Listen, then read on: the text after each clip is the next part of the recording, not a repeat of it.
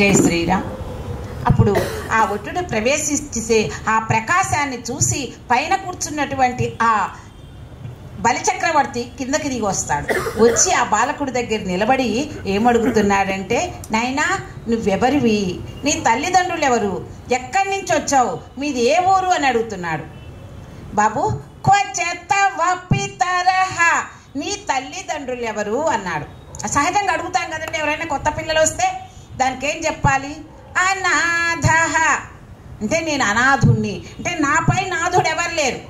ఆయన చెప్పింది కరెక్టే, నేనే అందరికీ నాథుణ్ణి, నేనే, నాకు పైన నాథుడు ఎవరు అన్నట్లుగా అనాథ అన్నట్ట. పాపం తల్లిదండ్రులు, ఇంత చిన్న పిల్లవాడు తల్లిదండ్రులు లేరా, అయ్యో జాలేస్తుంది కదండి. అంతలోకి అయితే వసతి ఏ ఊరు నాయనా, అయ్యయ్యో అబ్బా అమ్మ కూడా లేరు, అయితే నీదే ఊరు అన్నట్ట. యా అఖిల బ్రహ్మ సృష్టి అన్నట్ట. సహజంగా అంటుంటారు ఏ ఊరయ్యంట, ఏ ఊరైతే ఏముంది లేండి, అడుగు తినే వాళ్ళకి 64 ఊళ్ళు అని అంటారు సహజంగా. అట్లాగే అబ్బాయి ఏమన్నాడు, యా అఖిల బ్రహ్మ సృష్టికి ఒక ఊరా ఒక పేరా, ఆ ఊళ్ళన్నీ నావే అన్నట్ట. కానీ యథార్థం నిజమే కదా. ఆ మాట అనేటప్పటికీ అయ్యో ఒక ఊరు లేదు, కనీసం ఉండటానికి జాగా లేదు, తల్లిదండ్రులు లేరు, పాపం చిన్న పిల్లవాడివే, అయ్యయ్యో ఏమి కోరి వచ్చావయ్యా, నీకేం కావాలి మాట్లాడుతుంటే ఇంకా అబ్బాయి చేత ముద్దు మాటలు మాట్లాడించుకుందాము వినాలనిపిస్తుందిట బలిచక్రవర్తికి. అయితే నీకేం కావాలి అడుగు, కన్యలు కావాలా, అందమైన కన్యలు కావాలా, పొలం కావాలా, భూమి కావాలా, సౌధాలు కావాలా, రత్న వజ్ర వైఢూర్య కిరీటాలు కావాలా, నీకేం కావాలో అడుగోయ్, అన్నీ నా దగ్గర ఉన్నాయి ఇచ్చేస్తాను అన్నట్ట. దానికన్నట్ట నేను బ్రహ్మచారిని, నాకు కన్యలు ఎందుకు, నాకు భవనాలు ఎందుకు, నాకు పొలాలు ఎందుకు, నాకేం అక్కర్లేదు. అదేంటి నేను ఇస్తాను నువ్వు అడుగు, నువ్వు ఇచ్చేవాడివైనా పుచ్చుకోవటానికి నాకు అవేమీ అక్కర్లేదు, మరి ఏం కావాలో అడుగు అన్నట్ట. 3 అడుగుల భూమి చాలు. అయ్యో కనీసం అడగటం కూడా చేతగాల అంటే పెద్ద మహారాజు దగ్గరికి వెళ్ళి మీకు ఏం కావాలో ఇస్తా అడగమంటే నాకు చెప్పు కావాలి, చీపురు కావాలి అట్లా అని అడిగేది చేత కావాలని. ఆయన స్తోమతకి తగ్గట్టు అడగాలి కదా. కానీ ఈ అబ్బాయి ఏమడుగుతున్నాడు, 3 అడుగుల భూమి చాలు. 3 అడుగుల భూమి చాలు. అడగటం కూడా చేతగాలి, చిన్న పిల్లవాడు కదా, ఏం అడగాలో కూడా తెలియలేదు అనుకుంటున్నాడు. కాదు ఆయన అడుగు నీకు ఏమైనా ఇస్తానన్నట్ట. త్రైలోక్యమేతత్ ఆ 3 అడుగులే నాకు 3 లోకాలు అన్నాడు. 3 అడుగులంటే నేను ధ్యానం చేసుకోవాలి కదా, నేను కూర్చొని ధ్యానం చేసుకోవటానికి 3 అడుగుల భూమి చాలు, నాకెందుకు ఈ ఐశ్వర్యాలు ఈ సంపద, నాకేమీ అక్కర్లేదు, ఆ 3 అడుగులే 3 లోకాలు అన్నాడు. మామూలు సహజంగా అన్నట్లు. ఇక అలాగే నాయన నాకు ఎంతో ఆనందం ఉంది ఇస్తారా అని చెప్పి తీసుకొని వెళ్ళి తన భార్యని పిలుస్తాడు. సహజంగా దానం ఇచ్చేటప్పుడు మన అంటారు చూడు, వివాహం చేసుకున్నాడు, పంచభూతాల సాక్షిగా చేసుకున్నావు, అగ్ని సాక్షిగా వివాహం ఆడావు, నన్ను వదిలేసావా అంటుంటారు. ఇదిగో ఇప్పుడు కూడా దానం ఇచ్చేటప్పుడు ఆ జలంతో కాళ్ళు కడిగి, భార్య దంపతులు ఇద్దరు కాళ్ళు కడిగి అతనికి వాళ్ళు ఏమి ఇవ్వదలుచుకున్నారో అది ఇవ్వాలి. దానం అంటే ఒక మాట గుర్తొస్తుంది, ఇచ్చే దానం ఒక వస్తువు, నాదైన వస్తువు నేను ఎదుటివాడికి దానం ఇచ్చినప్పుడు ఆ ఇచ్చిన తర్వాత దాని మీద హక్కు నాకు ఉండదు. ఆ తీసుకున్న అతను అనుభవించవచ్చు, అమ్ముకోవచ్చు, ఏదైనా హక్కు ఆ తీసుకున్నవాడు. మొన్న నేనే కదా నీకు ఇచ్చింది, మళ్ళీ అని అడగకుండా కూడా తెచ్చుకోకూడదు ఆ వస్తువుని, అది కూడా దోషమే సుమా. మళ్ళీ తన్ని అర్థించాలి ఏదైనా అవసరమైతే. అతను ఇవ్వనంటే మానుకోవాలి, నేను ఇచ్చాను కదా మళ్ళీ ఎందుకు నాకు ఇవ్వవని. దానాలంటే ఒక చిన్న కథ గుర్తొస్తుంది, రకరకాలుగా చేస్తుంటారు దానం. ఒక ఊళ్ళో ఒక పెద్ద దేవాలయం కట్టారు. దేవాలయానికి ఒక కళ్యాణ మండపం కట్టారట. కళ్యాణ మండపానికి ఒక్కొక్కళ్ళు వచ్చి ఒకళ్ళేమో రంగులు ఇస్తున్నారు, ఒకళ్ళేమో ఒక రూములు కడుతున్నారు, రకరకాలుగా ఇస్తున్నారు దానాలు, కొంత డబ్బులు ఇస్తున్నారు, ఎవరి శక్తి కొలితే వాళ్ళు ఇస్తున్నారు. ఒక ఆయన సీలింగ్ ఫ్యాన్ ఇచ్చారట. సీలింగ్ ఫ్యాన్ ఇస్తే అంటే ఆయన శక్తి ఆయన ఇచ్చాడు. కొంతకాలానికి ఏమైందంటే మంచి వేసవికాలం, ఆ వీధి వెంబడి వెళుతూ ఉన్నాడు, అంటే కళ్యాణ మండపం పక్కగా వెళుతూ ఉన్నాడు. వెళ్తుంటే పక్కన గుమస్తా ఉంటారు కదండి, రోజు అక్కడ కనిపెట్టుకొని ఆ గుమస్తా ఈయన్ని చూశాడు. ఈ వేసవి కాలం కదా, ఎండలో వెళ్తున్నాడు, బాగా మిట్ట మధ్యాహ్నం ఏం అవసరమైందో ఏందో ఆయన కాసేపు ఇక్కడ కూర్చోబెట్టామనుకో, రేపు ఇంకేదన్నా ఇస్తాడు కదా మన కళ్యాణ మండపానికి దానం అనుకున్నాడు. అనుకొని రండి సుబ్బయ్య గారు రండి కాసేపు కూర్చోండి, ఇంతలా ఎండలో పోతున్నారు అనేటప్పటికి నిజమే చాలా శ్రమగా ఉంది, వెళ్ళి కూర్చుందామని కూర్చున్నట్టు ఈయన కుర్చీ వేశాడు, కూర్చున్నాడు. కూర్చున్న తర్వాత బా చెమట పోస్తున్న ఫ్యాన్ ఇవ్వయ్యా అన్నట్ట. అయ్యో నేను అందుకే వెళ్తున్నాను ఫ్యాన్ వేశాడు. ఇట్లా చూశాడు. ఆయన ఫ్యాన్ వేయటానికి వెళ్ళేటప్పటికి ఇట్లా చూస్తే ఆ పైన ఫ్యాన్కి 3 రెక్కలు ఉంటాయి కదా, 3 రెక్కల మీద సో రాశారు ఫలాని సుబ్బారావు గారు, తన కుమారుడైనటువంటి శ్రీనివాసరావు గారు అని వాళ్ళ ఇంటి పేరుతో సహా ఇచ్చిన ధర్మము అని 3 రెక్కల మీద రాసుంది. ఆయన వెళ్ళి ఆ ఫ్యాన్ వేశాడు, స్విచ్ వేశాడు, పైకి చూశాడు. చూస్తే గిరగిరా తిరుగుతుంది. పేర్లు కనిపిస్తాయి. గిరగిరా తిరిగేటప్పుడు ఏం లేదు, తెల్లగా కనిపిస్తుంది. ఆపు అన్నట్ట గుమస్తాని ఆపాడు. చూశాడు, చక్కగా మళ్ళీ పేర్లు కనిపిస్తున్నాయి. మళ్ళీ వెయ్యి అన్నాడు, వేశాడు. వేస్తే చూస్తే పేర్లు కనపడ. పిలిచిట్టు ఎప్పుడైనా సరే ఇంకెప్పుడైనా ఎవరైనా వస్తే మాత్రం ఫ్యాన్ వేయవాక, ఎప్పుడు ఈ ఫ్యాన్ వేయకుండానే ఉండు అన్నట్ట. ఎందుకంటే తన పేర్లు కనపడదు. నేను ఇచ్చానని అందరికీ తెలియాలి కదా. దానం అలా ఉండాలండి. దానం గుప్తదానం చేయమన్నారు, ఎవరికీ తెలియకూడదు, తనే మర్చిపోవాలి ఇచ్చిన తర్వాత. అలా ఉండాలి దానం అంటే. అయితే ఇక్కడ ఈ ఇది బలిచక్రవర్తి దానం ఇస్తున్నాడు. ఎలా? అతను అడిగిన 3 అడుగులు దానం ఇస్తున్నాడు. చక్కగా భార్య ధర్మపత్ని వింధ్యావళీదేవి వచ్చింది, బంగారు కలశాన్ని తీసుకొని వచ్చింది, రెడీ అవుతున్నారు ఇవ్వటానికి. పైన ఈయన పక్కన అప్పుడు దాకా ఉచితాసనం మీద కూర్చున్న శుక్రాచార్యులు, ఈయన గురువు గారు చూస్తున్నారు. గురువు ఎప్పుడు శిష్యుడి యొక్క ఉన్నతిని కోరుకుంటాడు, ఆయన సుఖాన్ని కోరుకున్నాడు. చూశాడు. ఇందాక నుంచి గమనిస్తున్నా, అసలు వచ్చినప్పుడే నాకేదో డౌట్గా ఉంది. వచ్చేటప్పుడు ఆ తేజస్సు, ఆ వెలుగు, ఆ రూపము చూసేటప్పటికి వీళ్ళందరూ ఇక్కడ ఉన్నటువంటి ఋత్విజులందరూ కూడా ఒక్కసారి నమస్కారం చేసి లేచి నిలబడి నమస్కారం చేసేటప్పటికి నా మనసునే హరించాడే. ఈ అబ్బాయి సామాన్య బాలుడు కాదు, సాక్షాత్ ఆ నారాయణుడే. మొన్న మోహిని రూపంలో వచ్చి అందరినీ మోహింపజేసి అమృతాన్ని దేవతలకు పంచి వెళ్ళిపోయినాడు. ఇదిగో ఇప్పుడు ఇది కూడా ఒక ఆయన వేసిన కపట వేషమే. నారాయణుడే వచ్చింది. సామాన్య బాలుడైతే ఈ తేజస్సు ఉండదు. 3 అడుగులు ఎరగటం ఏంటి? కాబట్టి తప్పకుండా నారాయణుడే ఏదో బలికి అపకారం చేయటానికే వచ్చాడు. అమ్మో, బలి ఇచ్చేస్తున్నాడు, వాగ్దానం చేశాడు, 3 అడుగులు ఇస్తాను, ఇంకా ఏదైనా ఇస్తానన్నాడు. కాబట్టి ఇప్పటిని ఈయన్ని రక్షించుకోవటం నా ధర్మం. బలి నా శిష్యుడు కాబట్టి బలి చక్రవర్తిని నేను రక్షించాలి అని మనసులో అనుకున్నాడు. వీళ్ళు రెడీ అవుతున్నారు అతనికి పాదాలు గడిగి ఇవ్వాలని. వెంటనే చాటుకు పిలిచాడు. పిలిచి, నాయనా ఒక్క క్షణం నీతో మాట్లాడాలిట్రా అన్నట్ట. పిలిచి, చూసావా ఎంత మోసం జరిగిందో? మొన్ననే విష్ణుమాయ వైష్ణవమాయ వచ్చాడు కదా నారాయణుడు. వచ్చి మోహిని రూపంతో మీ అందరినీ మోహంలో పడవేసి అమృతాన్ని దేవతలకు ఇచ్చేసి మీకు ఇవ్వకుండా చేశాడు. ఇప్పుడు కూడా నీకేదో అపకారం చేయటానికి నా మనసు ఏదో కీడు శంకిస్తుంది. నిన్ను, నీ ఐశ్వర్యాన్ని, నీ రాజ్యాన్ని, నీ అధికారాన్ని నాశనం చేయటానికే వచ్చాడు. ఈ రూపంలో వచ్చాడు. ఆ వచ్చిన బాలుడు సామాన్యుడు అనుకుంటున్నావా? కాదు, సాక్షాత్ దేవదేవుడైనటువంటి ఆ నారాయణుడే. కాబట్టి నువ్వు ఇవ్వవా? అదేంటి గురువుగారు, ఇప్పుడే నేను ఆయనకి ఇస్తానని మాట ఇచ్చాను కదా. మాట ఇస్తే ఏమైంది? ఇవ్వవాకు.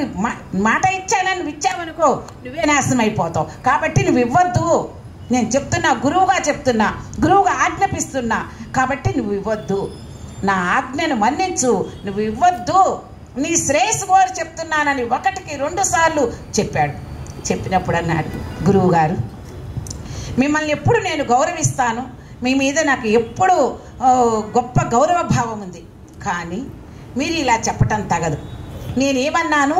నీకు ఒక దానం ఇస్తానని నేను చెప్పా. నా నోటితో మాట్లాడి సత్యం మాట్లాడి ఇప్పుడు ఇవ్వనంటే అసత్యం అవుతుంది, అధర్మం అవుతుంది. ఎప్పుడైనా ఆయన వచ్చిన ఆయన విష్ణు అన్నావు, ఇంకా చాలా సంతోషం. ఎందుకంటే విష్ణువుకి సమర్పించటం, ఈయన విష్ణు భక్తుడు, మనసులో విష్ణువు మీద చాలా భక్తి ఉంది ఈయనకి. అలాంటి మహానుభావుడు సాక్షాత్ నారాయణుడే వచ్చి నన్ను దానం అడిగితే నేను ఇవ్వకపోతే ఎంత దోషం! అసలు నారాయణుడు కదా, ఎవ్వరు వచ్చినా ఇస్తానని మాట ఇచ్చి ఇవ్వకపోతే మహా నరకం చుట్టుకుంటుంది, మహా పాపం. తత్ఫలితంగా నరకలోక ప్రాప్తి సంభవిస్తుంది. అది మీకు తెలుసు ఆ ధర్మం. మీరు నన్ను ఇవ్వమని చెప్పాల్సింది పోయి ఇప్పుడు నా మనసులో ఇలాంటి మాటలు మీరు చెప్పటం ధర్మమేనా? మీరు పెద్దలు, గురువులు, ఇది ధర్మశాస్త్రమేనా అని చెప్పి అడుగుతున్నాడు. అడిగితే పోనీ ఐశ్వర్యం పోతే ఏమవుతుంది? ఐశ్వర్యం పోని, నా ప్రాణం పోని, ఏమైనా పోని, నేను మాత్రం ఇచ్చి తీరుతా, మాట ఇచ్చాను గనక. అసలు ఈ రాజ్యము, ఈ ఐశ్వర్యం ఇవన్నీ శాశ్వతమా? కారే రాజుల్ రాజ్యముల్ గల్గని గర్వోన్నతిని పొందరే వారేరి సిరి మూటగట్టుకొని పోవంజాలరే భూమిపైనన్ పేరైనను గల్దా. ఎంతోమంది రాజులు ఉన్నారు లోకంలో. మనం ఇంతకుముందు వేల మంది, లక్షల మంది రాజ్యాన్ని పరిపాలించిన వాళ్ళు ఉన్నారు. రాజ్యాధికారంతో గర్వాన్ని పొందిన వాళ్ళు ఉన్నారు. ఒక్కళ్ళైనా ఇప్పుడు ఉన్నారా మచ్చుకి? ఎవరు లేరు. అందరూ కాలగర్భంలో కలిసిపోయినారు. వెళ్ళేటప్పుడు ఏమన్నా రత్న కిరీటం ఒకటన్నా తీసుకొని వెళ్ళిపోయినారా? నేను సంపాదించా, ఇది నా రాజ్యం అని, నా రాజ్యం అని గుండెలు గొద్దుకున్నారే. వెళ్ళేటప్పుడు ఏమైనా మూట కట్టుకొని పోయినారా? ఒక్క వస్తువైనా తీసుకొని పోయినారా? పోని భూమి మీద పేరన్నా ఉందా గొప్పవాడని ఎవరన్నా అనుకుంటున్నారా ఒక్క రాజుని? కానీ కొంతమందిని అనుకుంటున్నారు. ఎవరిని, ఎలాంటి వాళ్ళని అనుకుంటారు? శిబి ప్రముఖులను, శిబి చక్రవర్తిని ఈ రోజుకు అనుకుంటున్నారు. ఎందుకని? ఆయన ఎలాంటి వాడు? ప్రీతిన్ యశక్కాములై ఈరే కోర్కుల్ వారలన్ మరచిరే ఇక్కాలమున భార్గవ.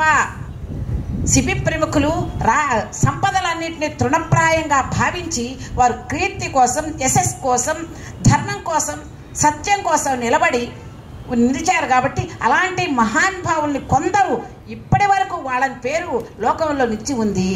కాబట్టి నా రాజ్యం పోయినా పర్వాలా, ఏమైనా పర్వాలా, నేను వాళ్ళకి ఇచ్చి తీరవలసిందే ఆ బలిచక్రవర్తికి అన్నాడు. ఆ బలిచక్రవర్తి అంటున్నాడు అన్నమాట గురువు గారితో. ఇంకా ఏమంటున్నాడంటే, ఆహా ఏమి నా భాగ్యం, ఈరోజు నిజంగా నా జన్మ ధన్యమైంది. ఆయన అసలు శ్రీనాథుడు, ఆయన పేరు శ్రీనాథుడు, శ్రీపతి, శ్రీవల్లభుడు. అంటే శ్రీ అంటే లక్ష్మి, లక్ష్మి అంటే సంపద, సిరి, ఐశ్వర్యము, భోగము అన్నీ ఉన్నటి ఆయన అధికారంలో ఉన్నది. ఆ లక్ష్మి ఆయన అధికారంలో ఉంది. అలాంటి లక్ష్మీపతి దానం ఇచ్చేటప్పుడు ఎవరైనా ఏం చేయాలండి? ఏదైనా పెట్టేటప్పుడు చెయ్యి ఇలా పట్టుకోవాలి. పెట్టే వాళ్ళ చెయ్యి పైన ఉంటుంది, పుచ్చుకునే వాళ్ళ చెయ్యి కింద ఉంటుంది. మరి అలాంటి భాగ్యం నాకు కలిగింది కదా అని అప్పుడు చెప్తున్నాడు. ఆదిన్ శ్రీ సతి కొప్పుపై తనువుపై అంశోత్తరీయంబుపై పాదాబ్జంబులపై కపోల తటిపై పాలిండ్లపై నూతన మర్యాదం చేయు కరంబు కిందగుట మీదైనా కరంబగుట మేలుగాదే రాజ్యముల్ గిజ్జముల్ సతతమే కాయంబు నా పాయమే. ఆహాహా ఏమి నా భాగ్యము!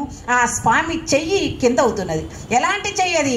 ఆ లక్ష్మీదేవి శరీరాన్నంతా స్పృశించిన చెయ్యి తల మీద పెట్టాడు, ఆమె ఒంటి మీద పెట్టాడు. ప్రతి అణువణువు స్పృశించిన ఆ చెయ్యి, ఆ లక్ష్మీని దాకిన చెయ్యి, ఆ నారాయణుడు చెయ్యి, అందరికి అభయం ఇచ్చే చెయ్యి, ఆ చెయ్యి కింద అవుతుంది, నా చెయ్యి మీదగుతుంది. అలాంటప్పుడు నేను పోతే ఏమి, నా రాజ్యం పోతే ఏమి, నా సంపదలు నశిస్తే ఏమి, నా అధికారం పోతే ఏమి, నేను ఇచ్చే తీరాలి అని అన్నట్ట. ఈయన కోపం వచ్చింది. ఎన్ని చెప్తున్నా వినవేంటి?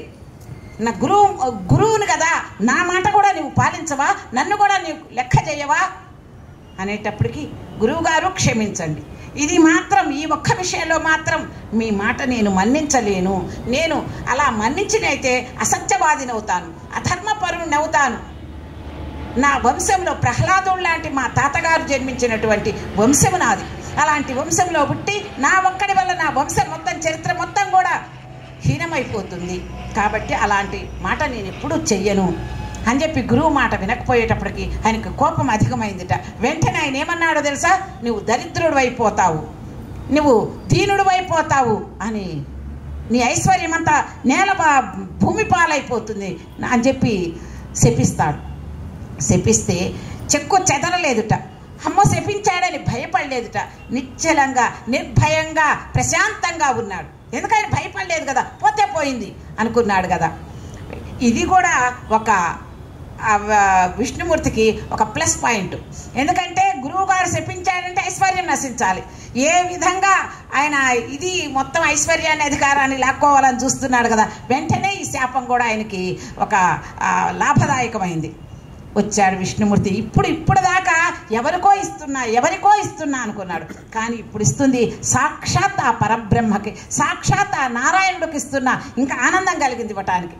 ఇది వరకు ఒక మంచి బాలుడికి ఇస్తున్నాను అనుకున్నాడు. కానీ ఇప్పుడు సాక్షాత్ ఆ నారాయణుడికి ఇస్తున్నానేటప్పటికి ఇంకా ఎంత ఆనందమో కదా. అసలు మనకు భగవద్గీతలో చెప్తారు, నువ్వు ఏ పని చేసినా, ఏది తిన్నా యత్కరోషి యదస్న్యాసి యజ్జుహోషి దదాసి యత్ పశ్యతి కౌంతేయ తత్కురుష్వ మదర్పణం. మనం చేసే ప్రతి పని యత్కరోషి, ప్రతి పని, ఏ పని చేయకుండా ఉండలేము. జ్ఞాని చేయాల్సిందే, మామూలు సామాన్య మానవుడు చేయాల్సిందే. ఎవరైనా ఏ పని చేసేటప్పుడైనా అది భగవదర్పిత బుద్ధితో చెయ్యాలి. మన సహజంగా ఎవరికైనా భిక్ష పెట్టేటప్పుడు కృష్ణార్పణం, భగవతార్పణం, ఆ ఒక్క విషయం ఎక్కువగా మనం అంటుంటాం. కాదు కాదు, నువ్వు ఏ పని చేసినా కృష్ణార్పిత బుద్ధితో వాళ్ళకి ఆ పని చెయ్యి. అలాగే యదస్న్యాసి, నువ్వు ఏది భుజిస్తున్నావో, టిఫిన్ చేస్తావా, భోజనం చేస్తావా, కాఫీ తాగుతావా, విషం తాగుతావా, అమృతం తాగుతావా, అది తాగినప్పుడైనా కృష్ణ నా లోపల నువ్వు ఉన్నావు తండ్రి, ఇది నీకు సమర్పిస్తున్నా అంటే అది ఎవరికి చెందుతుంది? ఆ భగవంతుడికి. మీరాబాయి ఒకసారి వాళ్ళ భర్త వేరే అందరూ చెప్పిన మాటలు విని, ఆయన రాజు కదా, నా రాజ్యంలో ఒక రాజు భార్య తప్పుడు పనులు చేసిందంటే, ఆమె అధర్మంగా ప్రవర్తించిందంటే రాజ్యంలో నాకు చెడ్డ పేరు, ఎలాగైనా ఆమెను ఈ లోకంలో లేకుండా చెయ్యాలని కాలకూట విషయాన్ని తీసుకొచ్చి ఆమెను తాగమనిస్తాడు. ఆమె తాగేటప్పుడు ప్రతిదీ ఏది స్వీకరించినా అది ఆ పక్కన ఉన్నటువంటి ఆ కృష్ణుడు విగ్రహం ముందు పెట్టి ఆయనకు ఆరగింపు చేసి తిగుతూ కృష్ణార్పణం కృష్ణార్పణం అని తాగుతుంది. ఆ కాలకూట విషయం నాలిక అంచుకు తగిలితే చాలు ఈ లోకంలో ఉండడు. అలాంటిది గ్లాస్ కాలకూట విషయాన్ని ఆమె స్వీకరిస్తుంది. గ్లాసు బంగారు గ్లాస్ కూడా నల్లగా అయిపోతుంది. అలాంటిది మళ్ళీ ఒక గంట అయిన తర్వాత వచ్చి చూస్తే ఎంత హాయిగా కూర్చొని ఆ కృష్ణ నామ సంకీర్తనని పాడుకుంటూ ఆనందంగా ఉంది. ఏమైంది, ఎందుకని అలా అంటే ఆమె ఏమంది, నేను తాగటల్లా నా లోపల ఉన్న స్వామికి నేను సమర్పిస్తున్నా అని కృష్ణార్పణ బుద్ధితో ఇచ్చింది. అలాగే మనం కూడా ఎవరైనా సరే, ఎవరు ఏది స్వీకరించినా లోపల భగవంతుడు ఉన్నాడా లేదా? ఉన్నాడా? ఉన్నాడు కనుక ఏమనాలి?